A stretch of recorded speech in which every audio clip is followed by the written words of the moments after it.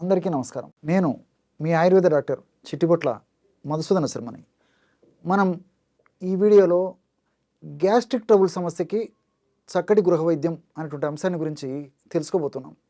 ఈ gastric trouble సమస్య అనేటువంటి అంశాన్ని గురించి మనం మాట్లాడేసరికి నాకు మన మహర్షి చెప్పినటువంటి ఒక చక్కటి విలువైనటువంటి సమాచారానికి సంబంధించినటువంటి ఒక శ్లోకం గుర్తొస్తుంది.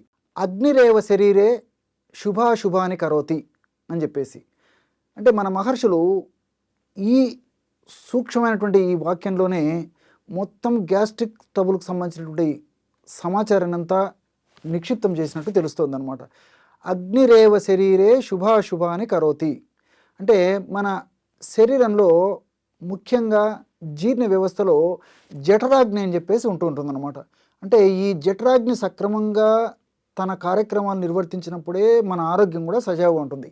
జఠరాగ్ని సరిగ్గా కార్యక్రమాలు నిర్వర్తించకపోవడము, సరిగ్గా పనిచేయకపోవడము వల్ల మరి వివిధ రకాలైనటువంటి రుగ్మతలు కలిగేటువంటి అవకాశం ఉంటుంది. అంటే జఠరాగ్ని తక్కువగా పనిచేసినా, ఎక్కువగా పనిచేసినా అనారోగ్యమే. కాబట్టి సక్రమ పద్ధతిలోనే జఠరాగ్ని పని చేయాలన్నమాట.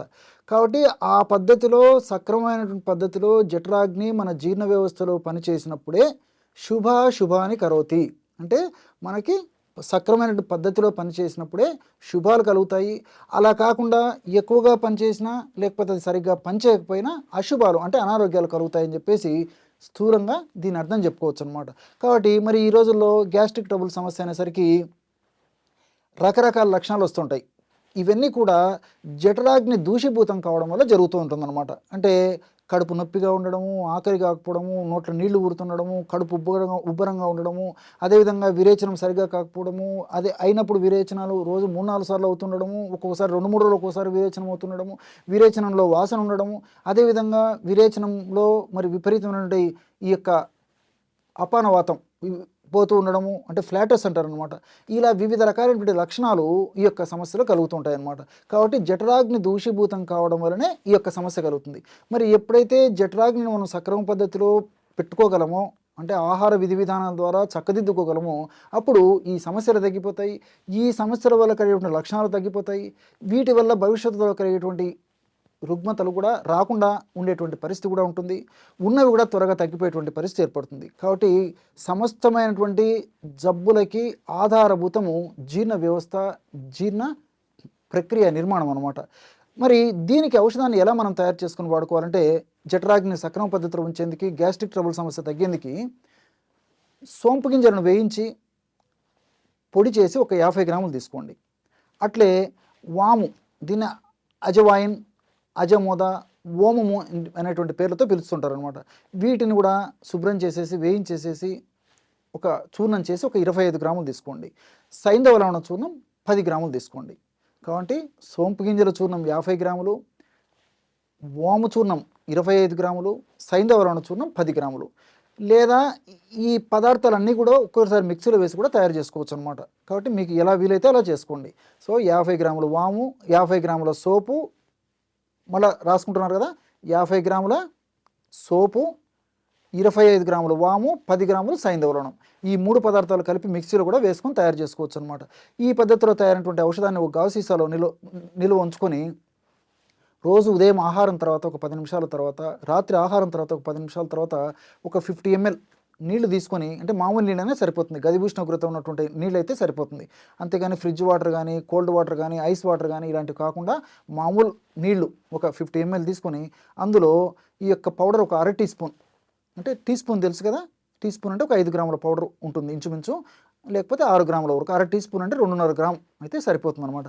2.5 గ్రాము చూర్ణాన్ని, 1/2 టీ స్పూన్ యొక్క చూర్ణాన్ని అందులో కలిపేసి సేవించాలి, ఇంతే. ఈ విధంగా రోజు ఉదయం ఒకసారి, రాత్రి ఒకసారి, ఆహారం తర్వాత సేవించడం వల్ల చిటిక వేసినట్టు క్షణంలోనే గ్యాస్ట్రిక్ ట్రబుల్ సమస్యలు తగ్గిపోతాయి అనమాట. అంటే నేను చెప్పినటువంటి ఈ లక్షణాలన్నీ కూడా చాలా త్వరగా, శీఘ్రంగా, సత్వరం వెంటనే తగ్గేందుకు ఈ 3 పదార్థాలు ఉంటే రసాయన పదార్థాలు, రసాయన గుణాలు మనకి ఉపయోగపడతాయి. ఆధునికంగా మనం ఆలోచించినప్పటికీ ఈ సోంపు గింజల్లో అనథాల్ అనేటువంటి రసాయన పదార్థము, అదేవిధంగా ఫైబర్ అనేటువంటి పదార్థము, పాలిఫినాల్స్ అనేటువంటి రసాయన పదార్థాలు ఉన్నాయన్నమాట. ఇవన్నీ కూడా గ్యాస్ట్రిక్ ట్రబుల్ సమస్య సంబంధించినటువంటి లక్షణాలకు చాలా అద్భుతంగా పనిచేస్తాయి.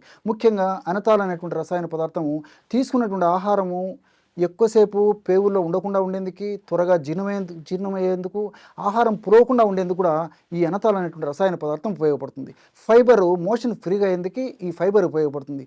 అట్లే పాలిఫినాల్స్ అనేటువంటి యొక్క రసాయన పదార్థాల గుణం ఏంటంటే, ఈ సమస్య ఉన్నటువంటి వాళ్ళలో, అంటే గ్యాస్ట్రిక్ ట్రబుల్ సమస్య ఉన్నటువంటి వాళ్ళలో భవిష్యత్తులో రక్తనాళాలకు సంబంధించినటువంటి సమస్యలు వచ్చేటువంటి అవకాశం చాలా మందిలో ఉంటుంటుంది. కాబట్టి ఈ పాలిఫినాల్స్ అనేటువంటి పదార్థం ఉన్నటువంటి ఈ యొక్క సోపు గింజలను ఈ పద్ధతిలో వాడుకోవడం వల్ల గ్యాస్ట్రిక్ ట్రబుల్ సమస్య తగ్గిపోవడమే కాకుండా రక్తనాళాల్లో ప్లేట్లెట్స్ వల్ల, కొవ్వు వల్ల, అంటే ఫ్యాట్స్ వల్ల, ఇలాంటి వాటి వల్ల అడ్డంకులు ఏర్పడకుండా ఉండేందుకు కూడా ఈ పాలిఫినాల్స్ ఉపయోగపడతాయి అన్నమాట. అట్లే వాములో థైమాలు, ఫ్లావనాయిడ్స్, కార్బోకాల్ అనేటువంటి రసాయన పదార్థాలు ఉన్నాయన్నమాట. ఈ థైమాల్ అనేటువంటి రసాయన పదార్థం గుణం ఏంటంటే, ప్రేవుల్లో యాసిడ్ యొక్క ఉత్పత్తిని రెగ్యులేట్ చేస్తుంది. అంటే ముఖ్యంగా జీర్ణ వ్యవస్థలో యాసిడ్ యొక్క ఉత్పత్తిని రెగ్యులేట్ చేస్తుంది అనమాట. రెగ్యులేట్ చేసేస్తుంది అంటే కడుపులో యాసిడ్ ఎంత ప్రమాణంలో ఉత్పత్తి కావాలనో అంత ప్రమాణంలో ఉత్పత్తి చేసేటువంటి పరిస్థితి థైమాల వల్ల కలుగుతుందన్నమాట. అంటే యాసిడ్ ఎక్కువగా ఉత్పత్తి అయిన ఇబ్బందే, యాసిడ్ తక్కువగా ఉత్పత్తి అయినా ఇబ్బందే. కాబట్టి మరి సక్రమంగా కరెక్ట్గా ఉత్పత్తి అయ్యేటట్లు ఈ యొక్క థైమాల్ ఉపయోగపడుతుంది. ఈ థైమాలు, ఫ్లేవనాయిడ్స్ ఈ రెండు ఈ వాములో కలిసి ఉన్నాయి. కాబట్టి మరి ట్రైగ్లిజరైడ్స్, అంటే మనకు చెడు కొలెస్ట్రాల్గా భావించబడేటువంటి ఈ ట్రైగ్లిజరైడ్స్, ఎల్డిఎల్ ఇలాంటివన్నీ కూడా పెరగకుండా ఉండేందుకు, అవి తగ్గేందుకు, మన శరీరానికి ఉపయోగపడేటువంటి హెచ్డిఎల్ అనేటువంటి మంచి కొలెస్ట్రాల్ని పెంచేందుకు కూడా ఈ యొక్క థైమాలు, ఫ్లేవనాయిడ్స్ ఉపయోగపడతాయి.